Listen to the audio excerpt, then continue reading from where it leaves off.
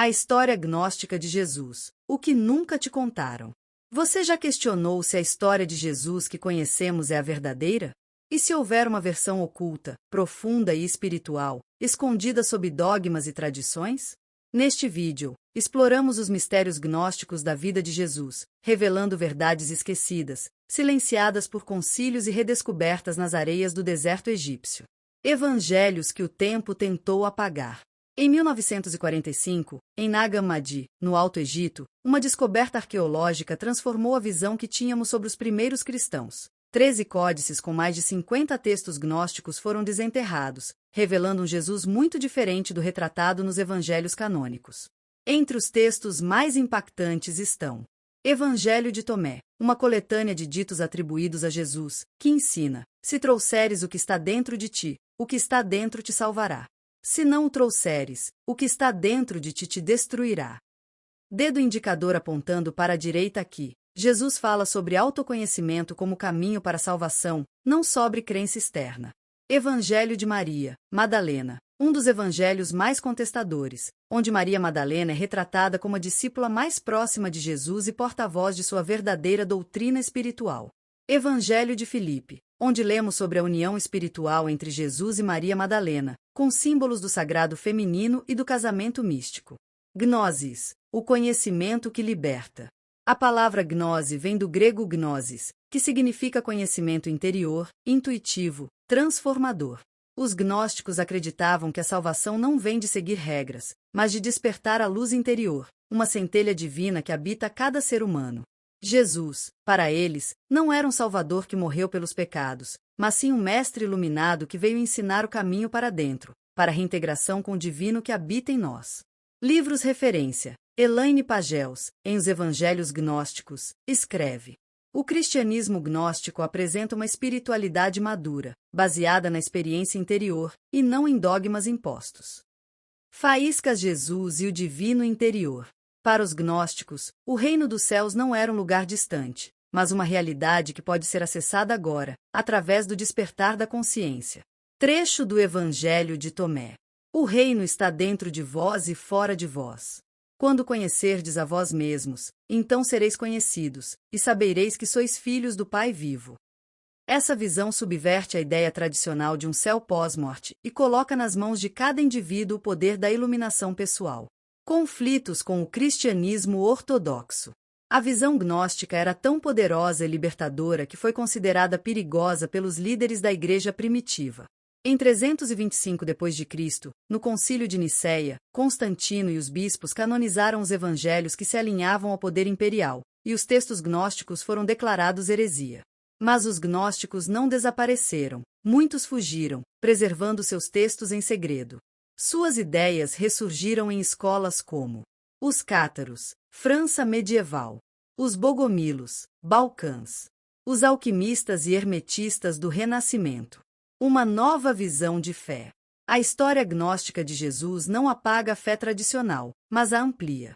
Convida à reflexão, ao mergulho interior, ao empoderamento espiritual. Talvez o verdadeiro segredo messiânico de Jesus fosse justamente esse. Não te salvar de fora, mas lembrar que a salvação está dentro de ti. O mestre da gnose interna. Jesus como portador da luz oculta. Na tradição gnóstica, Jesus não é apenas um homem histórico, mas um emanador da luz divina, um aeon, uma emanação do pleroma, a plenitude do ser divino. Ele veio não para fundar uma religião, mas para lembrar à humanidade sua origem celeste e divina. No texto gnóstico Pistis Sophia, encontramos um Jesus que, após a ressurreição, ensina por 11 anos seguidos aos seus discípulos sobre os mistérios do universo, das hierarquias espirituais e da redenção da alma. Não vos deixarei órfãos, pois vos revelei os mistérios da luz que libertam da roda dos renascimentos. Pistis Sophia. Esse Jesus fala de mundos invisíveis, éons, arcontes, e da batalha entre o espírito e a ignorância, muito além das lições morais simplificadas que foram preservadas nos evangelhos oficiais. O conflito com os arcontes, uma visão além da matéria. Os gnósticos acreditavam que o mundo material foi criado por um ser inferior, o Demiurgo, identificado com o Deus do Antigo Testamento. Esse Demiurgo e seus assistentes, os arcontes, aprisionam a alma no corpo e na ignorância. Jesus, neste contexto, é o libertador, aquele que traz o conhecimento, gnose, para acordar as almas adormecidas. Ele revela que nós não pertencemos a este mundo material, e sim ao reino da luz. Livros Francisco Garcia Bazin em O Gnosticismo, Essência, História e Doutrina descreve. O Cristo gnóstico é o instrutor da alma, que denuncia os arcontes e ensina a ascender pela escada dos céus, rompendo os véus da ilusão. A ressurreição como símbolo da iluminação. Diferente da visão literal da ressurreição física, os gnósticos viam a ressurreição como metáfora do despertar da consciência. No Evangelho de Filipe, aqueles que dizem que primeiro morrerão e depois ressuscitarão estão enganados.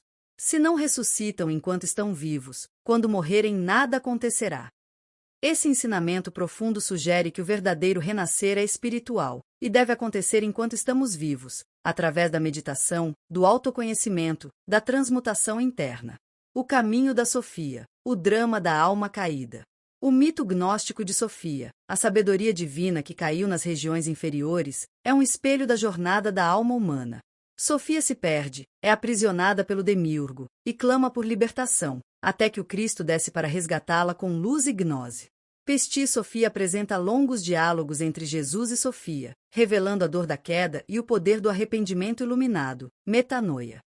Ó luz das luzes, escuta meu clamor, pois fui enganada pelos arcontes e desci para os abismos. Assim como Sofia, nossas almas caíram no esquecimento, mas podem ser lembradas e redimidas pelo conhecimento revelado por Cristo. Jesus e as tradições secretas do Oriente.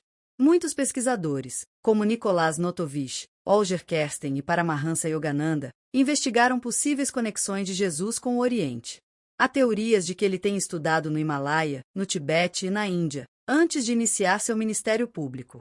Essas conexões seriam coerentes com o Jesus gnóstico, que ensinava reencarnação, karma e purificação da alma, meditação e contemplação, a ilusão do ego. A vida desconhecida de Jesus Cristo. Nicolás Notovich relata manuscritos tibetanos que descrevem a presença de Issa, Jesus, entre monges budistas, estudando e ensinando antes de voltar ao Ocidente. O Cristo cósmico, mais que um homem.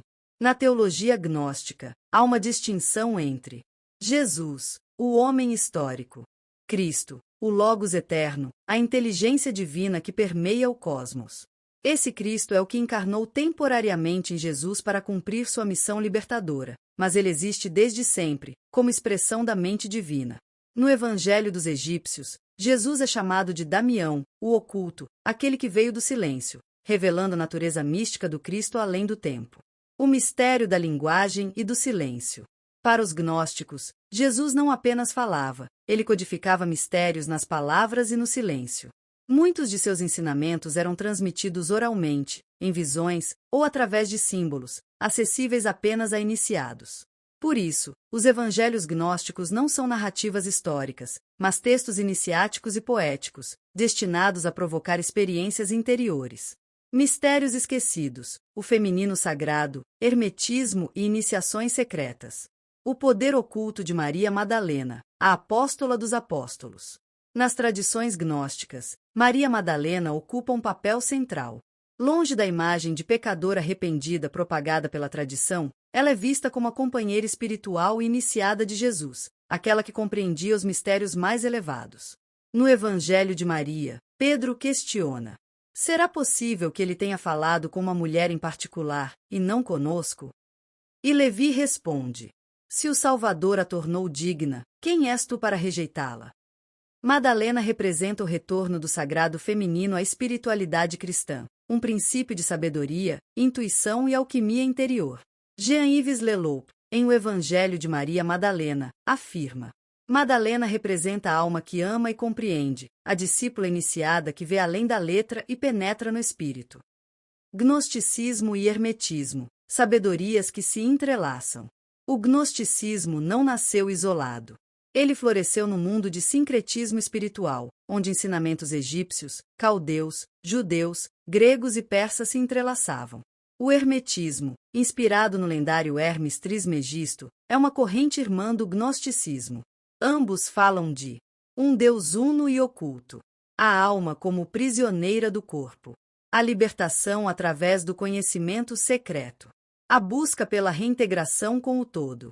No Corpus Hermeticum, lemos: o homem é um grande milagre, pois carrega em si a natureza dos deuses e dos animais. Essa visão ecoa o ensinamento gnóstico de que o ser humano é uma centelha divina adormecida, que pode ser reacesa por meio da gnose. Iniciações secretas dos gnósticos. Diferente do cristianismo público e institucional, o gnosticismo era uma tradição iniciática e esotérica. Seus ritos não eram realizados em igrejas, mas em círculos secretos, cavernas, desertos e casas discretas. As iniciações envolviam batismos múltiplos, água, fogo, espírito e luz, transmissão oral de palavras de poder, meditações e jejuns, revelações visionárias guiadas por mestres. Stefan Oeller, em Iniciações nos Mistérios Gnósticos, revela que os iniciados aprendiam a navegar pelos céus após a morte, enfrentando os arcontes e usando senhas sagradas para ultrapassar cada esfera celeste, um verdadeiro mapa da alma para a ascensão. O Espírito Santo como feminino esquecido. Nos textos gnósticos, o Espírito Santo é feminino. Em vez de uma entidade neutra ou masculina, ela é chamada de Sofia, a Mãe Divina, o ventre da criação. No Evangelho dos Hebreus, Jesus diz: minha mãe, o Espírito Santo, me tomou pelos cabelos e me levou até o grande Monte Tabor. Essa imagem transforma toda a teologia cristã. Deus deixa de ser uma figura exclusivamente masculina, e o Espírito torna-se a essência maternal da divindade, nutridora e iluminadora. Jesus como arquétipo do despertar. Para os gnósticos, Jesus é mais que um mestre histórico. Ele é o arquétipo do desperto, aquele que lembra à humanidade sua origem celestial e a capacidade de ascender. Jesus simboliza o Logos encarnado, a palavra criadora, a consciência pura que desce às trevas para libertar a centelha adormecida. No Evangelho de verdade. Ele veio para dar visão aos cegos, para guiar os que se perderam, e trazer todos de volta ao Pai, à unidade. Esse Jesus não impõe crenças, ele convida a experiência mística direta com o divino, dentro de si. Arcontes, ascensão e o despertar espiritual no Sermão da Montanha. Quem são os arcontes? Os senhores do esquecimento. No universo gnóstico, os arcontes são entidades intermediárias, criadas pelo demiurgo, que aprisionam a alma humana em ciclos de ignorância, medo e controle. Eles operam por meio de dogmas religiosos rígidos, medo da morte, ilusão do ego, desejos materiais descontrolados. No Apócrifo de João, o arconte principal, Yaldabaoth, declara: eu sou Deus e não há outro além de mim. Mas Sofia responde em silêncio: tu és ignorância. Os arcontes atuam na psique humana, influenciando pensamentos, emoções e comportamentos. O Jesus gnóstico ensina como reconhecer e transcender essas influências, despertando a centelha interior. A escada da ascensão, os 7 céus e o retorno à luz. Após a morte, ou através da iluminação em vida, a alma gnóstica precisa ascender pelas esferas celestes, superando 7 céus governados por arcontes e revelando senhas sagradas ensinadas por Jesus. No Pistis Sophia, Jesus explica: há 13 arrependimentos, 12 aéons e 13 espaços de luz. Cada um exige sabedoria, palavras de poder e firmeza da alma. Essa jornada lembra muito o conceito cabalístico da árvore da vida, ou chakras no yoga, onde cada nível representa um desafio interior e um véu de ignorância a ser transmutado em luz. Sermão da Montanha, um texto codificado para o despertar. O Sermão da Montanha, considerado o coração dos ensinamentos de Jesus, ganha novo sentido sob a ótica gnóstica. Não é apenas uma instrução ética, é um mapa para a libertação espiritual. Vamos reinterpretar trechos. Bem-aventurados os pobres de espírito, aqueles que esvaziam o ego, que não se prendem à arrogância da mente inferior. Bem-aventurados os puros de coração, porque verão a Deus. Os que purificam o coração das impurezas emocionais e conseguem acessar a luz divina em si mesmos. Vós sois a luz do mundo. Um lembrete gnóstico: a luz está dentro, não fora. É a centelha divina que precisa ser lembrada e expandida. Elaine Pagels, em Os Evangelhos Gnósticos, comenta: o Jesus do Sermão da Montanha não é o legislador moral, ele é o iniciador, que desperta o coração para sua verdadeira natureza divina. Práticas gnósticas de ascensão, da teoria à experiência. Os gnósticos não apenas acreditavam, eles praticavam a ascensão por meio de exercícios espirituais. Algumas práticas: mantras e senhas sagradas, palavras de poder para evocar a luz. Meditação com visualização de luz, para despertar o Cristo interno. Jornalim visionário, registro de sonhos, visões e mensagens recebidas em estados alterados de consciência. Jejum e silêncio, para silenciar a mente inferior e escutar a voz interior. No Evangelho da Verdade, lemos: a ignorância é como um sonho, mas o conhecimento traz o despertar como um trovão que rasga os véus. A jornada de retorno ao pleroma. Para os gnósticos, a vida é uma viagem de retorno. Viemos do pleroma, a plenitude da luz, caímos no mundo das formas, e devemos encontrar o caminho de volta não pela crença cega, mas pelo despertar interior. Jesus gnóstico não veio salvar no sentido institucionalizado, mas lembrar quem somos de verdade. Jesus e os ritos das escolas iniciáticas. Vários estudiosos sugerem que Jesus foi iniciado em tradições espirituais antigas. Essênios, comunidade mística ligada aos manuscritos do Mar Morto, onde Jesus possivelmente foi treinado. Terapeutas de Alexandria, monges filósofos que praticavam cura, meditação e sabedoria espiritual. Egito iniciático. Jesus e Maria Madalena teriam passado pelo templo de Ísis, recebendo a ciência do renascimento da alma. Lawrence Gardner, em O Santo Graal e a Linhagem Sagrada, aponta: Jesus e Madalena estavam ligados aos antigos ritos de iniciação, onde o casamento sagrado restaurava o equilíbrio entre céu e terra. Práticas inspiradas na tradição de Madalena. Meditação da rosa de Madalena. Visualize uma rosa vermelha no centro do peito. Ao inspirar, ela se abre. Ao expirar, ela emana luz. Sinta a sabedoria feminina florescendo em seu coração. Mantra da união sagrada. Recite: Logos e Sofia, Sol e Lua, Cristo e Madalena, unam-se em mim, no templo da luz. Alquimia interna. Observe seus próprios polos. Emoção e razão.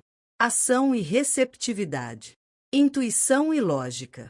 E pratique unir, integrar e não reprimir nenhum deles. O retorno da tradição secreta. O reencontro com Maria Madalena é parte do despertar do mundo moderno. Ela retorna nos círculos femininos de sabedoria, no renascimento das sacerdotisas espirituais, na arte, na música e na cura vibracional, em movimentos de equilíbrio entre espiritualidade e liberdade. Megan Watterson, em Maria Madalena Revelada, escreve: ela está voltando, não como sombra, mas como luz. Não como submissa, mas como mestra. Não como pecadora, mas como portadora da gnose. Cristo cósmico, muito além do homem. No gnosticismo, Jesus é mais que um mestre. Ele é a emanação viva do pleroma, o Cristo cósmico, presente em todas as eras, em todas as tradições. Livro aberto no Evangelho de Tomé. Quem beber de minha boca será como eu. Eu me tornarei ele, e ele se tornará eu. Esse ensinamento é o retorno ao estado crístico, presente em cada ser humano desperto. O Espírito Santo como Mãe Divina e a Trindade oculta. A Trindade desvelada, Pai, Filho e Mãe. A teologia tradicional apresenta a Trindade como Pai, Filho e Espírito Santo, uma unidade de 3 aspectos masculinos. Mas nos evangelhos gnósticos, principalmente nos textos encontrados em Nag Hammadi, a revelação é outra. O Espírito Santo é feminino. Ela é a Mãe Divina, a Sofia, a Ruach HaKodesh, em hebraico, Espírito Santo, sendo Ruach um substantivo feminino. Evangelho dos Hebreus. Minha mãe, o Espírito Santo, me tomou por um dos meus cabelos e me levou ao alto Monte Tabor. Esse detalhe foi apagado ou reinterpretado ao longo dos séculos para esconder o princípio feminino divino, o qual era central no gnosticismo e nas escolas místicas antigas. O Espírito Santo é Sofia. Nos textos gnósticos, especialmente no Apócrifo de João, a Sofia, sabedoria, é a primeira emanação do Deus Pai, Bistos, e é por meio dela que tudo é gerado. Ela é a mãe das almas. É o útero cósmico do mundo manifestado. É a luz que desce para libertar as centelhas divinas presas na matéria. Apócrifo de João. Ela estendeu o véu da criação sem a permissão da fonte. Seu desejo deu origem ao mundo material. Essa queda de Sofia originou Demiurgo e Aldabaoth, criador do mundo físico, mas também gerou a necessidade de redenção espiritual, que se manifesta através de Cristo como resgate da alma, filho da união espiritual entre o Pai e Sofia. A mãe escondida na Bíblia. Embora o Espírito Santo seja mencionado frequentemente no Novo Testamento, ele nunca é claramente identificado com um gênero. No entanto, diversos estudiosos apontam que a Shequina judaica, presença divina, é sempre feminina. Nos idiomas originais bíblicos, aramaico, hebraico, o termo usado para espírito é feminino. Em algumas versões dos pais da Igreja primitiva, o Espírito Santo era tratado como ela. Margaret Barker, teóloga e autora de The Great High Priest, afirma: a teologia cristã primitiva reconhecia a Mãe Divina, mas ela foi silenciada após o século IV. Iniciações secretas, corpo de luz e alquimia do Cristo interior. O Egito e as iniciações de Jesus. Embora a tradição cristã canônica seja silenciosa sobre a juventude de Jesus, diversas tradições esotéricas sugerem que ele viajou para o Egito, Índia e outras terras sagradas em sua juventude, recebendo iniciações ocultas.